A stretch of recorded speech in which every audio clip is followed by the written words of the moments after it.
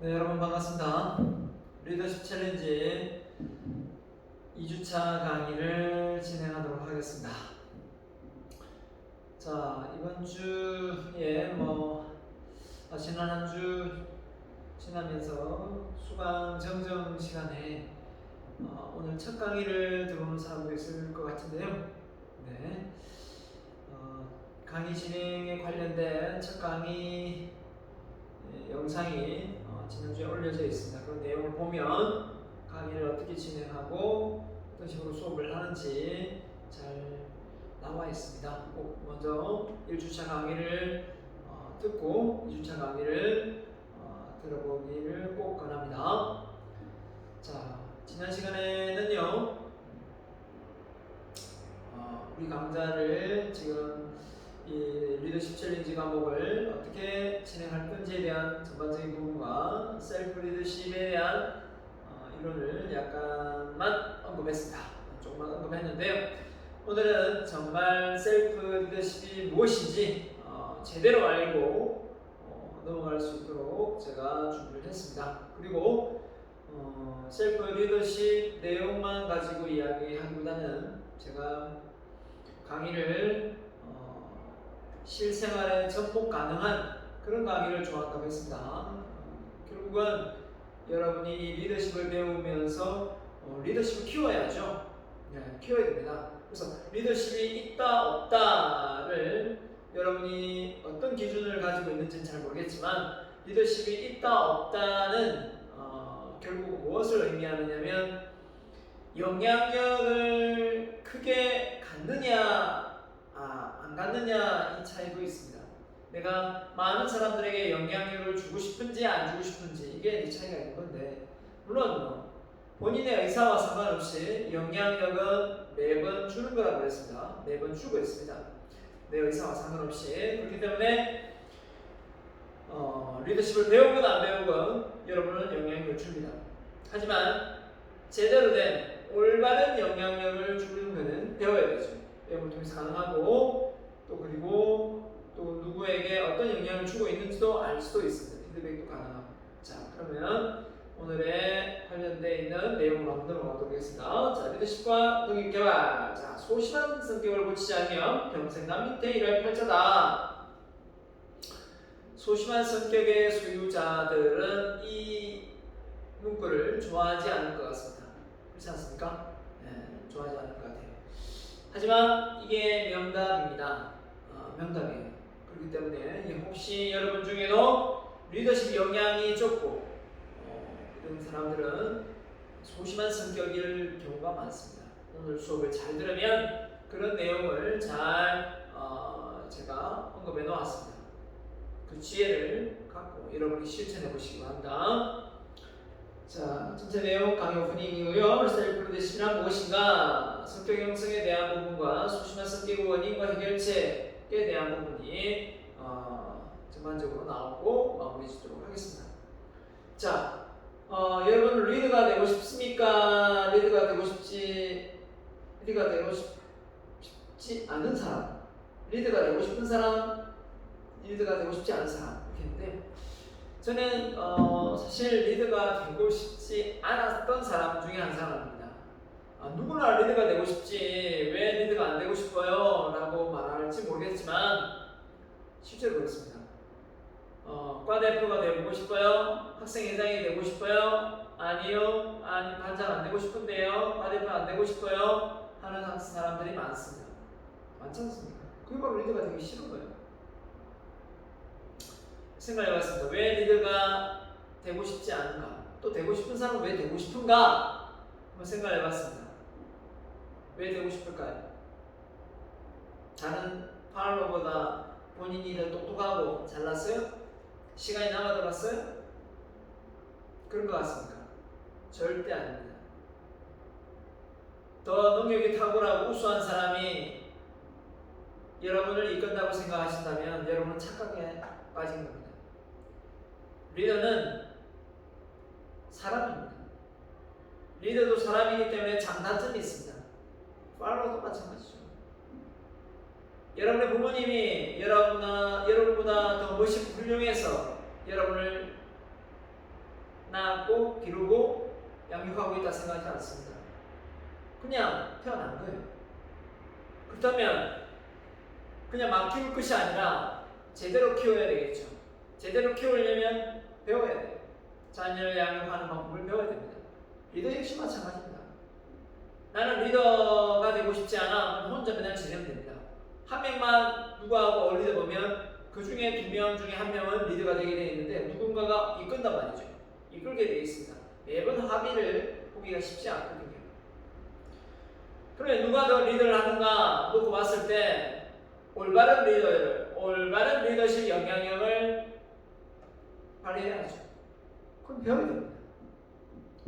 결국은 우리가 리더십을 향상시킨다라고 한다면 남들에게 좋은 영향력을 발휘한다 이렇게 보고 남들이 인정할 만한 그런 자질을 갖춘 사람이 된다라고 이해하면 되겠습니다. 자, 그러면 여러분은 리더가 되고 싶습니까? 리더가 되고 싶지 않습니까? 리더가 되고 싶지 않다면 아마 이런 사람일 겁니다. 할 일이 많잖아요. 귀찮아요. 번거로워요. 뭔가 책임을 지는 게 부담스러워요. 욕먹어요. 이런 기타 등등 많은 안 좋은 뉴스가 있을 겁니다. 리더가 되고 싶은 사람들은 이왕이면 인정받잖아요. 존중받잖아요. 그리고 사람들이 잘 따르잖아요. 이런 생각을 가지고 있을 겁니다.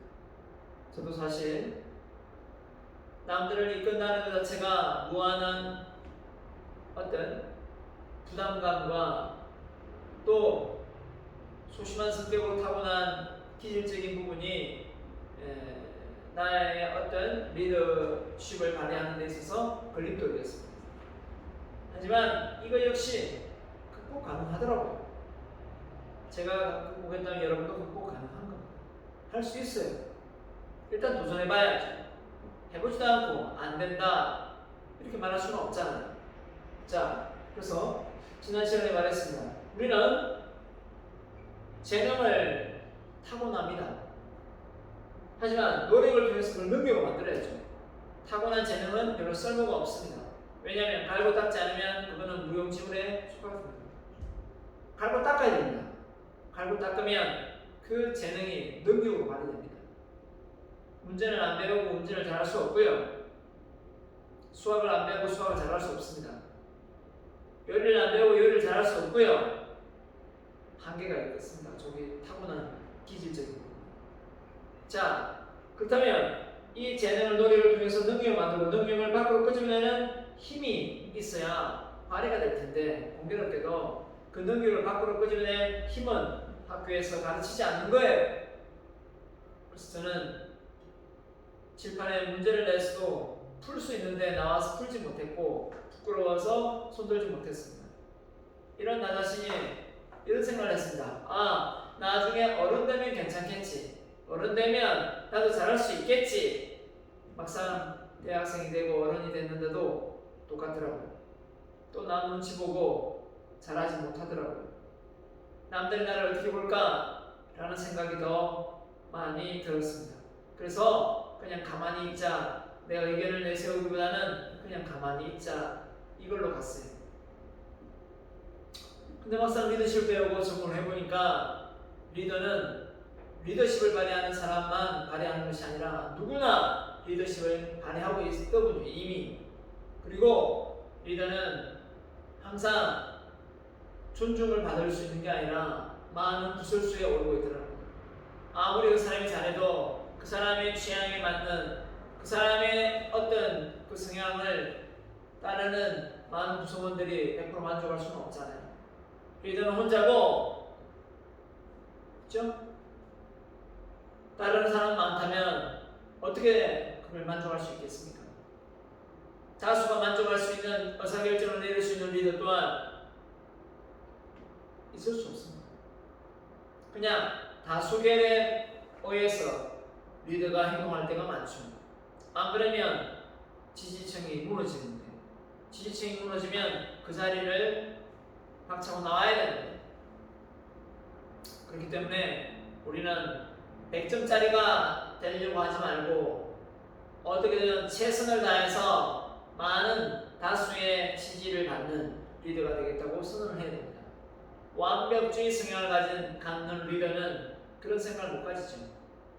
모든 사람으로부터 인정과 존중을 받아야 된다 생각한 나머지 이런 자리를 피하고 잘 쓰지 않는 거죠.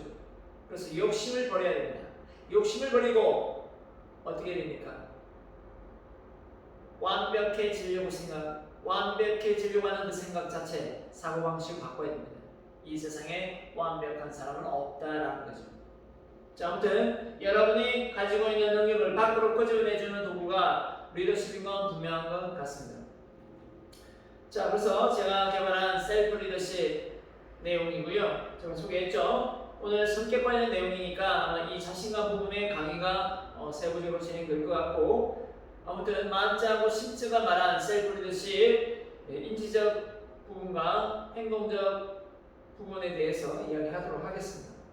자, 그 다음에 셀프 인성에는 소통, 절제, 행복, 칭찬, 유머, 정직, 긍정 이런 내용도 차츰 나중에 하나씩 100% 전부 다 다룰 수는 없겠지만 다뤄보도록 하겠습니다. 제가 개발한 내용들이 어떤 게 있는지 여러분 궁금하시죠? 그 내용이 일반적으로 책으로 쓰여져 있는 내용보다 훨씬 더 구체적이고 여러분의 실생활에 더 접목하기도 쉽고 실용학문이라고 저는 자부할 수 있습니다.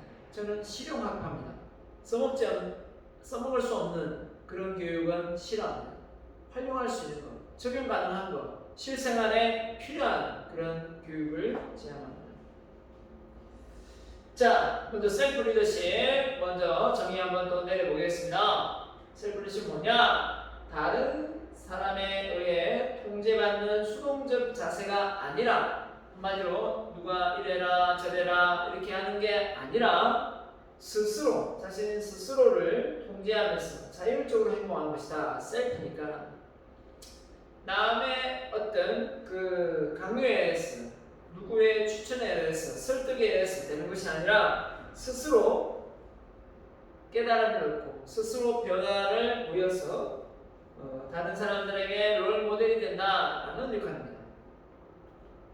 그래서 리더십이란 사회가 변화하면서 조직 구성원의 자발적인 노력, 맞죠? 조직에 대한 열정을 이끌어내기 위해서는 조직 구성원이 다른 사람들뿐만 아니라 자신에게도 영향을 줄 수 있다는 새로운 관점이다. 그래서 리더십은 남에게도 영향을 주는 거지만 셀프 리더십은 자신에게 영향력을 줘서 자신부터 먼저 누군가의 변화를 이끌어낼 만한 모험을 보이기 위한 행동을 취한다 이거죠. 1980년대 중반에 처음으로 이슈화됐고 1986년대 만자하고 심즈가 이 주장을 했습니다. 자율적인 경영에서 리더십, 학습을 통해 얻어질 수 있다. 자율적인 경영에서 이루어질 수 있다. 셀프 리더십은 강제성이 있는 게 아닙니다. 학습을 통해 얻을 수 있다. 스스로에게 동기를 부여할 수 있도록 자신의 틀을 개발하는 것이 중요하다. 스스로 동기부여할 수 있도록 자신의 틀을 개발하는 것이 중요하다. 자기 자신으로부터 리더십을 발휘하는 것이다 라고 봤습니다.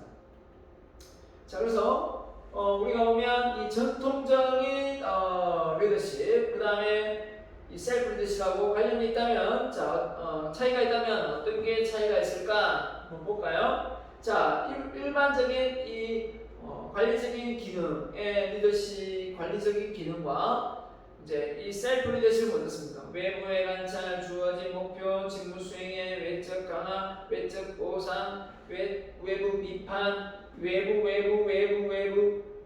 부정적인 관심, 조직에 대한 의존도 이렇게 되어 있는데, 여기는 뭡니까? 셀프는 자신에 대한 관점이 포커스가 맞춰져 있습니다. 자기 관찰, 자기 목표 설정, 셀프 리더십의 행동, 자기 강화, 외적 강화, 자연적 보상, 자기 비판, 문제 해결, 자기 직무의 할당, 직무의 계획, 긍정적인 관점입니다. 구성원이 함께 창조한 비전에 대한 혁신, 이런 식으로 되어 있습니다. 결국은 이 전통적인 관리 기능과 셀프 리더십의 영향은 어떻게 보면 확실히 차이가 나는 거죠. 셀프 리더십의 한 사례를 소개하면요. 자, 알렉산드로스 대왕인데요. 이 사람이 어떤 상황에서 고립됐을 때 청사진들이 한 사람 분의 물을 발견하자 빨간에 바치자 그는 그 물을 바닥에 쏟아버렸다고 합니다. 왜냐하면 자기 혼자 마시고 나면 나머지 병사들의 갈증과 저항은 더 클 것이라 생각하고 고생을 부하들을 함께 하겠다는 의지를 몸소 행동으로 보인 것이죠. 그 행동은 모든 병사들을 각자의 물을 마심과 똑같은 효과를 거두었다고 합니다. 알렉산드로 대왕의 셀프 리더십 솔선수범 정신입니다. 같이 목마르고 힘든데 누구는 이기고 누구는 주디냐 이런 표현을 씁니다. 그만큼 같은 입장에서 같은 환경에 놓여 있으면 같은 배를 타야 시너지를 내죠. 그렇지 않으면 콩가루지만 됩니다. 서로 벽을 치죠. 서로 자기 이익에 걸맞게 행동하려고 하게 되어 있습니다. 하지만 이 알렉산드로스 대왕은 그 물마저도 혼자 마시지 않고 부하들과 함께하고자 버렸다는 내용입니다. 자, 셀프 리더십에 대한 정의는 여기 나와 있는 대로 만츠 심츠가 나와 있죠. 1995년도, 1980년도 만츠. 자, 자아 발견, 자기 만족을 향한 여행이고, 맞죠? 자기를 발견하고 자기 만족을 향한 여행이고, 스스로에게 영향을 행사하는 방법이며 자기 효능감을 위한 기술이고, 자기 효능감은 자기에게 어떤 능력이 숨겨져 있다라는 사고방식입니다. 행동 통제의 기초이며 자아 완성의 학습 과정으로 봤습니다. 10절 같이 해서 스스로 자신에게 영향을 미치기 위해 자기 영향을 행사하기 위해 사용되는 행위 전략, 인지 전략이다 이렇게 말하네요. 스토트 만츠는 뭐라 했냐면 과학 수행에 필요한 자기 지시, 자기 동기부여를 고양시키기 위해 스스로에게 영향을 행사하는 거 비슷합니다. 다 스스로에게 자신을 이끌기 위해서 취하는 행동, 스스로 자신을 이끌기 위해 주도적이고 적극적인 행동, 개인의 잠재능을 충분히 발휘할 수 있도록 자율적 책임을 가지고 자신을 리드하고 취하는 책임 있는 행동, 이런 식의 논문들이 나와 있습니다. 학습으로 습득할 수 있는 일련의 행동, 그죠? 과학 수행에 필요한 지시와 학습을 통해서 습득이 가능하고 변화가 될 수 있다라고 셀프 리더십 준비였습니다. 자, 볼까요? 구성원에 대한 모든 통제는 궁극적으로 구성원도 스스로가 자신에게 부과하는 자율 통제가 돼야지, 이게 그냥 외부의 어떤 통제가 되면 아이디어나 또는 이런 그 단합된 힘이 잘 나오지 않는다는 거죠. 자, 그래서 리더가 개개인의 셀프 리더십 영향을 인정하지 않고 지나친 외부 통제 방식으로 통제하려고 한다면 심각한 역기능이 초래될 것이다. 그래서 예전에는 카리스마가 있고 이런 사람들이 리더십을 발휘하면 자기 고집대로 무조건 밀고 가면서 기존에 만들어둔 원리 원칙주의자 그 외대로 무조건 따르라 라는 생각을 갖는 거죠. 그러다 보면 구성원들은 힘들어 죽겠는데 그 말도 안 되는 원칙 때문에 모두가 피해를 보는 그런 상황을 보게 되는 겁니다. 악법도 법이다 하면서 지켜라 라고 말하는 이런 몰상식한 사람이 되어서는 안 된다는 겁니다. 악법도 법이라고 눈에는 눈, 이에는 이 만들어 놓으면 무조건 지켜야 된다. 잘못 만들었으면 바꿔야죠. 그게 올바른 리더십이죠. 무조건 말도 안 되는 대로 그때 당시 취해지던 행동이 멋모르고 만들었으면 바꿔내야죠. 근데 한 번 만들어 놓은 게 바뀌지도 않고 계속 시행되고 있습니다. 그게 저는 우리나라 입시제도고 또 입시제도 중에서도 이런 일제고사 이런 내용들이 아닐까 생각합니다. 자, 가르치는 사람이 다르고 배우는 사람이 다른데 왜 똑같이 행동하고 똑같은 시험을 치러야 됩니까? 그걸 왜 대학교에 와서 교수들이 시험 문제를 내는데 왜 대학에 와서 이렇게 시험 문제를 냅니까? 중고등학교도 그렇게 문제를 내야죠. 선생님마다 다르게 낼 수 있어야 됩니다. 그래야 선생님도 가지고 있는 자질을 잘 끄집어낼 수 있겠죠. 근데 선생님이 잘 가르치고 싶은 내용이 있더라도 어떻습니까? 일제고사를 치러야 하기 때문에 원하는 만큼 진도가 나가야 되고 그걸 못 따라가면 엄청나게 속도를 내야 되고 그렇게 쫓기다 보면 결국 학생들은 공부의 흥미보다는 그냥 의무감으로 공부하고 학교에 가는 이런 불상사가 일어나는 거죠. 자, 그래서 구성원에 대한 모든 통제는 궁극적으로 구성원 스스로가 자신의 주관하는 자기 통제다. 리더가 개개인의 셀프-리더십 영향을 인정하지 않고 지나친 외부 통제하면 안 되겠죠. 그러면 오히려 창의력, 열정을 불러일으키는 구성원 내면에 잠재해 있는 셀프-리더십을 이끌어내야 한다. 근데 이 강하게 자율 통제가 아닌 외부 통제가 일어나면 이 창의성과 열정은 절대 불러일으켜 세울 수가 없습니다. 그래서 이런 외부의 통제 방식으로 통제하는 든다면 오히려 아이디어는 위축될 수밖에 없다. 이렇게 저는 생각합니다. 외제적 고성을 지나치게 강조하고 내재적 고성을 억누르지 않도록 해야 된다. 그래서 뭔가 돈 줄게, 승진시켜 줄게, 자동차 줄게, 이런 어떤 보여지는 눈으로 보여지는 면만 강조할 것이 아니라 어떤 영향, 눈에 보이지 않는 어떤 그 사람의 어떤 뭐라고 할까 영향 중에 성품, 인품, 배려심 이런 것도 되고 그죠? 양보 이런 것도 다 되지 않습니까? 그런 것도 상당히 좋은 영향력인데 우리는 오직 눈에 보이는 돈만 가지고 자꾸 사람을 이끌어가려고 하면 안 됩니다. 결국 나중에 돈의 노예가 되어버릴 수도 있고요. 자, 눈에 보이는 구성원들의 실적을 평가하고 보상하는 것에만 관심을 두고 조금만의 자율 통제에 의한 개인의 영향과는 소홀히 하는 매너즘에 빠지게 되는 것을 경계해야 된다. 맞죠? 그래서 이 눈에 보이는 어떤 업적만 가지고 그 사람에게 인센티브를 주다 보면 자, 사람이 어떻습니까? 그 목표를 달성했을 때는 사람으로 취급하고 그 목표가 달성 안 됐을 때는 사람으로 인정 안 해주는 그런 느낌을 받습니다. 그러면 내가 이 회사에서 정말 기계처럼 일하다가 나가야 되는구나. 성과를 못 내면 나는 또 인정 못 받는 존재구나. 이런 상황에 빠지게 됩니다.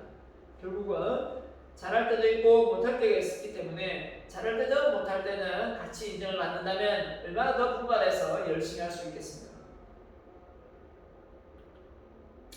다음 장의 성과 상주도 중요하지만 조금은 자신의 인격과 전문적인 역량 개발 등은 셀프-리더십을 형성하는 것이 훨씬 중요하다. 보통 이제 이런 사례가 있죠. 어느 병원에 수간호사를 지낸 사람인데 수술하는데 이 배를 찔 때 이 칼이 잘 안 든다 해가지고 간호사를 떼놓고 모욕을 주고 쌍욕을 퍼붓고 했다고 합니다. 그 간호사 어떻게 되는 줄 아십니까? 수간호사를 지냈으면 한 20년 근무를 했는데 그 충격에 자살해 죽었습니다. 아이 둘을 놓은 주부인데요. 주부가 아니고 아이 둘을 두고 있는 부모인데도 불구하고 간호사 일을 20년 받았다. 그 의사의 막말 때문에 그 신문에 난 적이 있었어요. 몰상식한 자기가 얼마나 의술에 뛰어나고 역량이 탁월한지는 잘 모르겠지만 인격의 점수는 빵점인 거죠. 빵점. 저는 아무리 노래를 잘하고 아무리 미녀고 그리고 안아주는 대스타라고 인성의 점수가 낮다면 저는 인정하지 않습니다. 아무 필요 없습니다. 아무 돈을 많이 들고 있다 하더라도 그건 그냥 종이 쪼가리에 불과합니다. 그 정도로 중요합니다. 그 사람이 가지고 있는 인품과 성품이 녹아나야 됩니다. 자, 본인의 셀프-리더십 실천 방안 행동 중심입니다. 행위에 초점을 맞추는 전략으로 관리자 구성원들이 어렵고 느끼지 않는 그러나 반드시 해야 할 과학을 수행하는 데 있어서 스스로를 리드하도록 돕는 것이다 했는데요. 자기 목표 설정. 자, 셀프니까 스스로에게 목표를 설정해서 우선순위를 정한 후 스스로 실행을 하면서 동기부여를 얻습니다. 맞죠? 리허설. 실제 어떤 그 행동을 하기에 앞서 예행 연습을 해보는 거고요. 자기 관찰. 스스로가 계획하에 어느 부분이 더 성장하고 발전했으면 좋겠다라는 정보를 수집한 다음에 그걸 활용해서 잘 관찰하고 그리고 그 역량 발휘를 했을 때 잘한 부분은 보상을 하고 말한 대로 계획대로 잘 안 돼서 게으름 피웠다면 처벌을 내리고 그죠? 그리고 바람직하다고 생각하는 개인 행동을 촉발할 수 있도록 근무 환경에서는 단서를 활용하는 행동, 이 단서 관리도 중요한 행동 중심 전략이 되겠습니다. 그 다음에 인지 중심 전략인데요. 자, 자연적 보상, 건설적 사고 유형입니다. 자, 정보 처리, 정보의 인식과 처리하는 방식이 셀프 리더십에 상당 영향을 준다는 사실이 밝혀짐에 따라 인지 중심 전략까지 연구 대상에 포함된다. 방금 행동 중심이었는데 이번에 인지 중심이죠. 자연적 보상, 그 다음에 건설적 사고 유형입니다. 행동의 동기는 외재적인 보상이나 자기 보상으로부터 비롯되는 것이 아니라 자연 발생적인 것이다. 외재적인 보상이나 자기 보상으로부터 비롯되는 것이 아니라 직무를 하게 만드는 잠재적 동기는 직무 자체에 내재된 자연적 보상, 유능한 느낌, 자신이 일인자라는 느낌 이런 겁니다. 자신의 직무 가치를 창출한다는 느낌을 진지하게 추구할 때 자연적 보상은 더욱 증가된다. 본인이 하는 일이 가치 있고 의미 있고 많은 사람들에게 좋은 영향을 줄 수 있다고 생각하면 그 일이 정말 뜻있고 의미 있겠죠. 근데 그게 아니라면 또 반대 현상이 일어날 겁니다. 그래서 건설적 사고 유형, 개인의 사고는 셀프 리더십의 핵심이고 건설적 행동 패턴과 습관 방식에 확립되고 어려운 상황을 장애물로 여기기보다는 기회 요인으로 보는 긍정적인 사고 유형이 바로 건설적 바로 인지치료가 여기에 해당될 수 있겠습니다. 자, 내일은 이제 셀프 리더십에 대해서 어느 정도 배웠기 때문에 이번에는 이 성격에 대해서 말씀을 좀 드리도록 하겠습니다. 성격은 어떻게 형성되고 어디에 영향을 미칠까요? 라고 했습니다. 강아지도 성격에 온순한 게 있고 아주 사나운 개가 있습니다. 사람도 역시 마찬가지입니다. 영화배우를 쓰면 떨리고 긴장되어서 말을 못하는 사람도 있지만 말을 청산율수처럼 잘하는 사람도 있습니다. 그러면 과연 이 성격이 어디에 어떻게 영향을 줘서 형성되기에 그럴까? 볼까요? 자, 사람은 타고납니다. 기질적으로 유전자가 타고나고 태어나고 신체적 구조가 남다릅니다. 키가 클 수도 있고 작을 수도 있고 코가 클 수도 있고 작을 수도 있고 눈이 클 수도 있고 작을 수도 있고 신경적 정서적인 영향을 통해서 신천적 기질을 갖고 있으면서 후천적으로 가정에서 교육을 받거나 또 가치관, 사회 문화 이런 다양한 간접 경험을 통해서 그 상황에서 어떻게 됩니까? 성격이 형성되는 겁니다. 그래서 그게 결국 나와서 교회나 사회나 군대나 가정, 학교 이런 다양한 어떤 체험을 통해서 하나의 열매가 맺는 성격이 형성된다는 겁니다. 얼마나 많이 영향을 끼칩니까? 그렇죠? 그래서 이 선천적으로 타고나는 기질이 이 후천적인 학습을 통해서 배우는 것보다 더 강하게 와닿을 때도 물론 있습니다. 하지만 선천적으로 뭔가 내성적인 성향을 타고났다 해서 후천적으로 배움을 통해서 외향적인 성격으로 못 바꾸느냐? 그것도 아닙니다. 그것도 학기에 달렸습니다. 그래서 성격이 미치는 영향력은 어디까지인가 한번 가보도록 하겠습니다. 자, 뭐가 바뀌면 마음이 바뀌고 마음이 바뀌면 행동이 바뀌고 행동이 바뀌면 습관이 바뀌고 습관이 바뀌면 성격이 바뀌고 성격이 바뀌면 인격이 바뀌고 인격이 바뀌면 인생이 바뀌고 인생이 바뀌면 운명이 바뀐다 라는 겁니다. 결국은 우리가 미치는 이 성격이 여기죠. 결국은 형성되려면 너가 마음으로 마음이 행동으로 행동이 습관으로 뭐가 반복될 때 그게 성격으로 자리매김을 한다는 겁니다. 하지만 우리가 이렇게 형성된 이 성격이 결국은 여기서 비롯된다면 여기에 들어갈 요소는 무엇일까요? 바로 여기에 들어갈 요소는 생각입니다. 생각은 크게 두 가지 아닙니까? 부정적인 생각, 긍정적인 생각입니다. 긍정적인 생각을 가진 사람은 성격이 매우 활발하고 외향적인 성향을 띠웁니다. 그에 비해서 성격이 부정적인 사람은 소심하고 내성적인 성격을 많이 띱니다. 그래서 우리가 이 생각 하나를 바꾸고 해서 우리의 운명까지도 바꿔낼 수 있다고 말할 수 있겠습니다.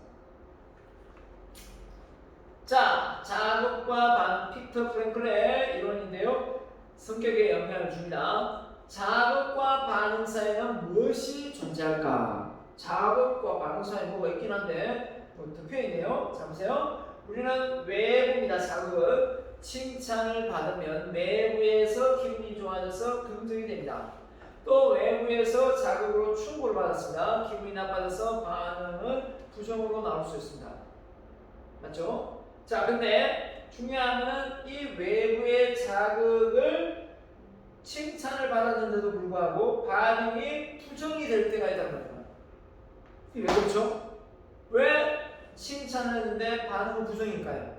거꾸로 그 사람이 못한다고 충고를 해줬는데 그 사람이 감동을 먹고 반응이 긍정이 나올 때도 있습니다. 이건 왜 그렇죠? 그 사람이 그 상황을 정말 잘못을 뉘우치고 존중할 수도 있으니까요. 자, 그렇다면 자극과 반응 사이에 무엇이 존재하길래 이런 상황이 도래됐을까? 보면 바로 자극과 반응 사이의 중간에는 바로 마음의 상태랍니다. 그 마음의 상태가 어떻게 형성되어 있느냐에 따라 새로운 어떤 상황에 노출되더라도 달라질 수 있겠죠. 그래서 외부의 자극의 좋은 점, 그걸 통해서 반응 이렇게 나와 있습니다. 칸융의 성격 테스트를 보면, 자, 이게 MBTI로 넘어가는데요. 외향적이다, 내향적이다 이렇게 표현하는데, 폭넓은 대인관계를 유지하여 사교적이면 정열적이고 활동적이다 이런 사람이면 나는 외향적이다 하는 거고요. 깊이 있는 대인관계를 유지하고 조용하고 신중하고 이해 다음에 경험한다. 저는 좀 아직도 내향적인 것 같습니다. 외향적이지 않아요. 자기 내부에 집중되고 내부 활동에 집중하고 조용히 하고 신중하고 글로 표현하고 이해한 다음에 경험하고 스스로 알려진다. 말로 표현하고 경험 다음에 이해하고 쉽게 알려진다. 그건 또 길고 짧은 대화를 봐야 되겠죠? 자, 그래서 성격이 내성적이다 이쪽에 튀어치고 성격이 좀 외향적이다 저쪽에 해당됩니다. 접수를 한번 매겨보시기 바랍니다. 자, 나는 수줍음이 많다. 수줍음이 많다 라고 한다면, 자, 이쪽 나는 자신감이 있고 당당하다 라고 생각하면 저쪽 이렇게 되겠습니다. 나는 말을 많이 하지 않는다. 나는 말이 좀 많은 편이다. 이쪽. 네. 그 다음에 말하는 거 좋아한다. 말도 많이 하면 좋아한다. 나는 남 앞에 나서기를 꺼려한다. 나는 남 앞에 리드하기를 좋아한다. 와우, 차이가 완전히 반대네요. 나는 실수하지 않을까 항상 두려워한다. 실수를 건네지 않으면 도전을 한다. 실수할 수 있으니까. 그 다음에 다섯 번째, 표정이 자주 경직되어 있다. 경쟁자가 나타날 것 같고 뭔가 세상이 잘 안 돌아갈 것 같습니다. 자, 표정이 밝고 잘 웃는 성격이다. 그럼 이 사람은 뭐 매일 좋은 일이 일어나느냐? 꼭 그렇지도 않습니다. 일곱 번째, 여섯 번째, 내가 어떤 모습으로 보여질까 예민하다. 이게 소심한 성격의 최악의 단점이죠. 남들은 관심 없는데. 자, 주변 상황을 개의치 않는다. 자신의 단점에 초점을 맞춘다. 자신의 장점에 초점을 맞춘다. 맞죠? 단점보다는 장점이 낫죠. 그 다음에 남들에게 싫은 소리를 듣기 싫어한다. 내성적인 성격. 남들의 놀림에 신경 쓰지 않는다. 이완, 그죠? 이렇게 많이 떨어져 있기 때문에 그렇지는 않다. 이겁니다.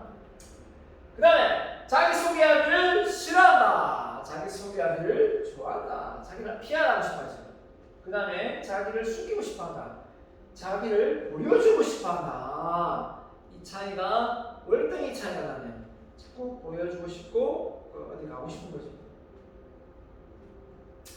자, 그래서 여러분이 각자 성격 테스트 앞에 걸 해보면 결국은 내가 ESTJ도 한번 나왔고, 그죠? 네. ENTJ도 나왔고, ESTJ가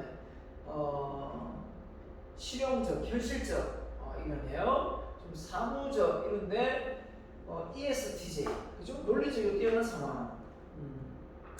아무튼 ENTJ도 나오고 ESTJ도 나오고 IS 쪽으로는 잘 안 나옵니다. 내성적인 거로. 자, 삶의 손가락 길이에 따라 역시 성격이 차이가 나고요. 잠자는 버릇에 따라서 역시 성격이 또 나옵니다. 자, 세 가지 중심에 엔니그램 세 가지 유형 보면 장형! 장형이 어떻게 되었습니까? 되게 활동적이죠? 활동적인 사람이 여기에 속합니다. 장형! 그 다음에 머리형! 머리 쓰는 거 좋아합니다. 왜죠? 왜 그렇죠? 하면 항상 캐션 마크가 머릿속에 달려있는 사람. 그 다음에 가슴형입니다. 꽃으로도 아이들을 때리지 마세요. 온갖 눈치를 많이 보면서 주변 상황을 많이 눈치 보는 사람이 가슴입니다. 그래서 남들이 나를 어떻게 볼까는 이런 불안도 가슴이 많이 가지고 있습니다. 그래서 장형은 도전형, 평화유지형, 그 다음에 개혁가형 이런 쪽이 있습니다. 화를 잘 냅니다. 화도 잘 나고 다혈질이 많습니다. 자, 가슴형입니다. 도움이고 성취시향적이고 낭만적인 성향이 좀 강합니다. 그 다음에 머리형은 낙천적인 열정이고 안전지향적이고 지식탐구형에 속합니다. 그래서 뭐든지 상황이 된다면 그 상황을 잘 파악해보고 심사숙고해서 말로 해야 되겠습니다. 자, 그 다음에요. 이걸 전체로 놓고 봤습니다. 네, 전체로 놓고 봐요. 자, 이렇게 인물별로 나왔는데 보고 싶은 사람도 있고 안 보고 싶은 사람도 좀 있네요. 자, 그러면 좋습니다. 소심한 성격 분석 좀 더 구체적으로 어떻게 그러면 해야 되는지 한번 알아보도록 하겠습니다. 자, 먼저 소심한 성격의 소유자들은 이 시선 공부가 있습니다. 시선. 사람들의 눈을 잘 못 보고 다닌다는 겁니다. 여러분 시선 공부했어요? 그렇다면 길 가다가 사람들 눈을 계속 보는 연습을 많이 해야 된다. 피하지 말고. 자, 그래서 소심한 성격에서 외향적이고 활발한 성격의 소유자로 바뀌어야 되겠죠? 자, 우리가 성격 중에 자신의 장점을 바라보는 사람과 단점을 바라보는 사람 어디에 집중하느냐 여기에 따라 한 사람의 인생이 완전히 180도 달라질 수도 있습니다. 그런데 자존감이 낮은 사람은 항상 자신의 위보다는 밑을 많이 닮으려고 합니다.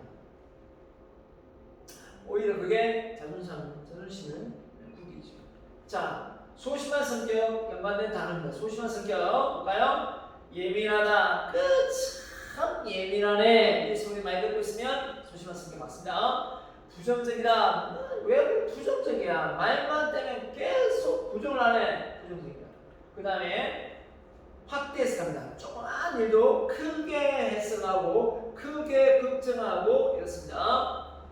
그 다음에 성공하는 사람들, 자, 실수 없이 성공을 하는 데 있어서 소심한 성격, 실수 없이 해서 성공해.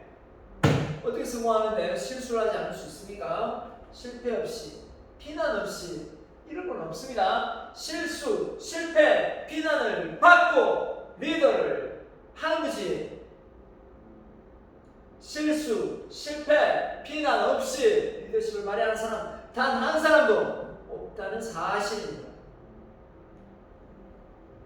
자, 성공과 관련된 명언 중에 성격 관련 명언이 돼요. 성격 관련 명언. 자존심의 나무에 꽃이 떨어져야 인격의 나무에 열매가 납니다. 자존심의 나무, 자존심보다는 자존감이 높아야 되겠죠. 자존심의 나무에 꽃이 떨어져야 인격의 나무에 열매가 맺는다. 그러니까 결국은 자존심 내세우지 말고 주변 사람을 잘 이끌어봐라 이거죠. 자, 선천적인 요인 볼까요? 성격, 혈액형, 외모, 습관. 자, 이런 것들이 담지 말라 해도 담게 되어 있습니다. 혈액형, 외모 비슷해요. 자, 후천적인 건 가정환경 또는 학교생활, 친구관계, 경험, 또 다양한 지식 이런 걸 배움으로 해서 어떻습니까? 후천적인 요인이 되겠죠. 심리적인 요인. 자, 부정적인 사고, 합리적인 사고, 비합리 사고, 지레짐작, 가혹적 예상, 완벽주의, 강박 정상. 그걸 안 하고는 500이죠. 강박에 걸리면. 자, 그래서 이 소심한 성격을 극복하려면 모든 것을 작게 봐야지 크게 해석해서는 안 된다. 자기의 단점은 이만큼 크게 부풀리고 상대방의 뭡니까? 장점은 이만큼 부풀리고 자기의 장점은 이렇게 부풀리고 그러면 안 되겠죠. 네. 자, 과거의 기억이 얽매이지 마라. 자, 과거, 현재, 미래가 있다면 생각의 초점이 어디에 있습니까? 미래에 있습니까? 현재에 있습니까? 당연히 현재에 있어야죠. 그래서 생각에 대한 사고방식이 어떻게 바뀌어야 됩니까? 과거, 현재, 미래가 있다면 이렇게 진행된다면 우리는 과거에는 10%, 미래는 60%, 미래는 30%, 현재는 60%의 생각을 초점을 맞춰서 집중하고 살아야 된다. 그래서 인생을 지혜롭고 행복하게 잘 살려면 그렇게 꽂이 세우고 현재 집중입니다. 소심한 성격을 해결하는 세 번째 전략 빠밤! 자신을 사랑하는 마음이 바뀝니다. 자신을 사랑하면 알게 되고 알게 되면 보이나니 그때 보이는 것은 예전과 같지 않더라 라는 말이 있습니다. 자기를 사랑해야 타인도 자신을 사랑할 수 있습니다. 자신을 미워하지 않아야 되겠죠. 그래서 사람이 알게 되고 알게 되면 보이나니 그때 보이는 것은 예전과 같지 않더라. 자, 내가 따라합니다. 내가 나를 우습게 보면 남도 나를 우습게 본다. 나를 우습게 보지 마라. 자, 이게 성격 형성에 엄청난 도움이 됩니다. 나를 내가 우습게 보고 있다는 거죠. 자, 그 다음에 수준성격 네 번째 성공 경험 사건입니다. 아주 쉬운 것부터 차근차근히 하다 보면 해낼 수 있습니다. 그 다음에 거절할 수 있는 이 소심한 성격이 뭘 못합니까? 거절을 잘 못합니다. 거절을 잘 못해요. 그래서 뭐든지 거절을 못해가지고 안절부절할 때가 참 많습니다. NO! 라고 말해도 뭐 욕하는 사람이 있을 수는 있겠죠. 하지만 정말 잘못되어 있다면 거절을 하지 되어 있다면 당당히 거절할 수 있어야 되겠죠. 소심함을 인정하지 않는 사람이 있어요. 본인이 소심함을 인정하지 않으면서 화를 내는 사람이 있습니다. 그러면서 짜증을 주변 사람들한테 막 부리죠. 그러면 안 됩니다. 본인은 그렇게 힘들다면 주변의 소심한 사람도 이해하고 넘어가야 되지 않겠습니까? 자, 거절할 수 있는 분 여기 NO! 안 되면 그만하겠습니다! 이렇게 당당히 할 수 있어야 되겠죠. 소심함을 인정하게. 자, 남에게 기대하지 않는다. 소심함을 인정하게. 그죠? 남들에게 기대하는 순간 계속해서 더 기대를 하게 되어 있습니다. 자, 그래서 이런 말을 씁니다. 세월은 피부에 주름살을 만들지만 열정을 포기하는 순간 뭘 어디에 만들어요? 영혼의 주름살을 만든다. 영혼의. 그러니까 우리가 소심한 성격을 극복해서 내 영혼의 주름살이 잡히는 그런 일이 일어나지 않도록 해야 될 것 같습니다. 자, 오늘 여기까지 하고요. 다음 시간에 3주차 강의에 이어가겠습니다. 대단히 수고 많았습니다. 자, 마치겠습니다.